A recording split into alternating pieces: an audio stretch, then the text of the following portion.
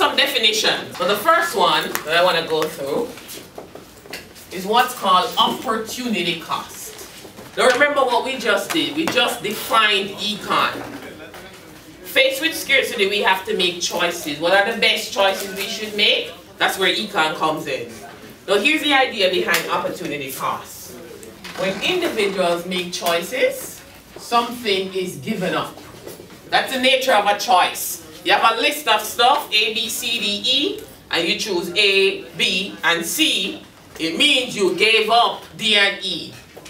So when individuals make choices, something is given up. Now here's the opportunity cost. The cost of the next best alternative is called opportunity cost. Whenever we make a choice, something is given up. That thing that we gave up, the next best thing, that's the opportunity cost associated with our choice. Make a choice, you choose something, you didn't choose something. The thing that you didn't choose, the next best thing, that's the opportunity cost associated with your actions. This is a very important concept in econ. Oftentimes when we want to value something, we don't just look at the sticker price associated with it. If we want to, bless you, if we want to figure out what something is really worth, oftentimes in econ, what we look at is what was given up in order to achieve it. So we're going to use this concept a lot in this course. The cost of the next best alternative is called opportunity cost. I'll give you an example. Time is very limited, which means anytime you choose to undertake an activity, you're giving up something. Yeah?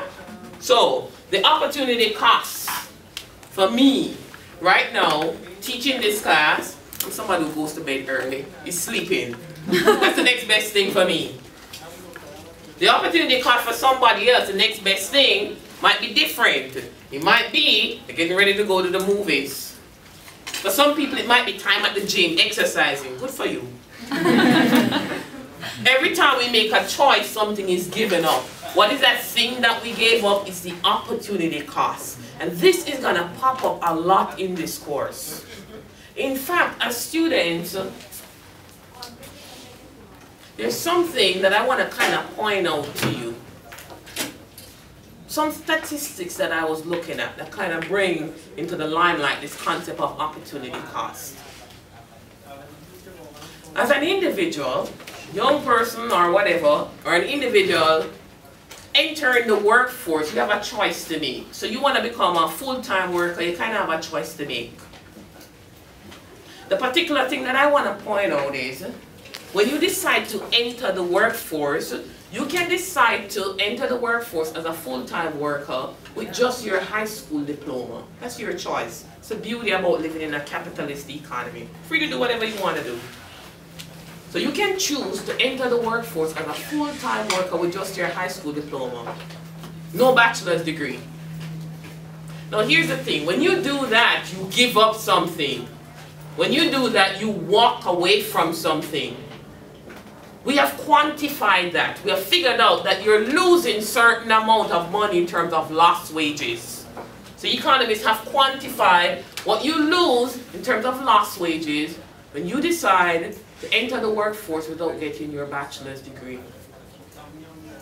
Annually, as an individual, working on average, so on average per year, how much money do you think you give up, you lose, when you decide to work with just your high school diploma, no bachelor's degree? On average, how much money do you think that is, that you give up? Yeah? It's like something like 80% of your overall income. Which is how much in terms of an amount per year? I think the average person's income in their lifetime is like 2.5 million with the bachelor's degree or something like that. So this is annually? Yeah. Oh, annually? Yes. 30,000. You think it's about 30,000? No, what you're losing? Yes, what you are losing. Probably close to 70,000. 70,000 per year? No, it's $1 million in a lifetime. That's what she said. I think it was something like 1 or 2 million in a lifetime, so it's probably 25, 30,000 around. You think it's about 25, 30,000 per year? You're agreeing? 40. 40,000? No, I feel like I'm at one of those places with the base. 40,000, 40,000. On average, when you choose to enter the workforce with just your high school diploma, on average, yearly you lose about $15,000 to $20,000 per year. That's on average. 50 to what? 15 to 20,000. Oh, okay. That was off. That's a good chunk of change. And especially when you compound that over your lifetime, that's a lot of money you're walking away from. In fact, when you decide to enter the workforce with just your bachelor's degree, not a master's, how much money do you think you walk away from then? So now you have the bachelor's, but not a grad degree, a master's. How much money? Do you think it's more? No, less.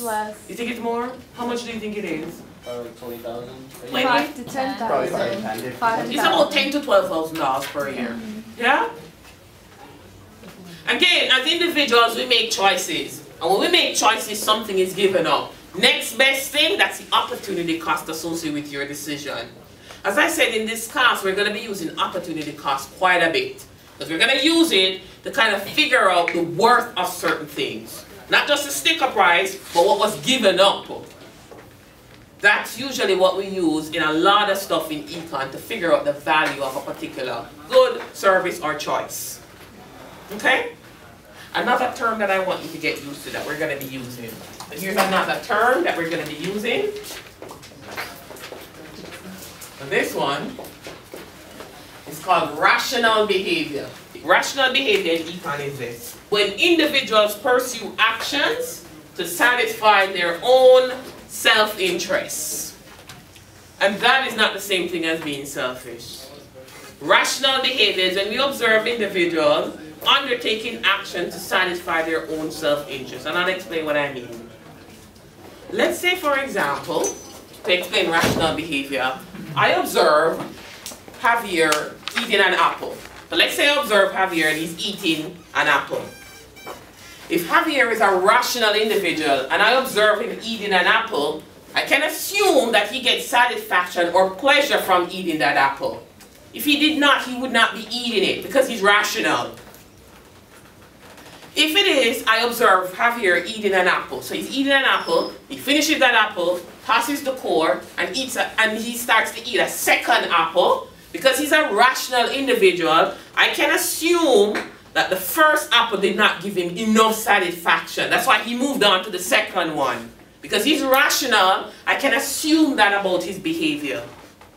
In this course, we're only going to be studying rational individuals. We do not have the tools at this level to study irrational behavior. So we're going to assume all the agents in this course, they're rational. When they undertake actions, it's to satisfy their own self-interest. So if it is, Raziel tells me that he wants to open a business. He tells me he wants to open a business, and he tells me that he wants to make profits. If he's a rational person, I can assume that since he wants to make profits, he's not there to make a little bit of profits. He's not there to make some profits. If he's a rational person and he has a business to make profits, he's there to make the maximum amount of profits possible. We're going to assume that the agents in this course are rational. And the reason why we're doing this is we want to be able to predict people's behavior. If they're not rational, we can't predict what they're going to do next. In this course, we're going to need to assume that. And when we assume they're rational, then we can predict what they're going to do next. So an underlying assumption for the topics that we do is that the agents are rational.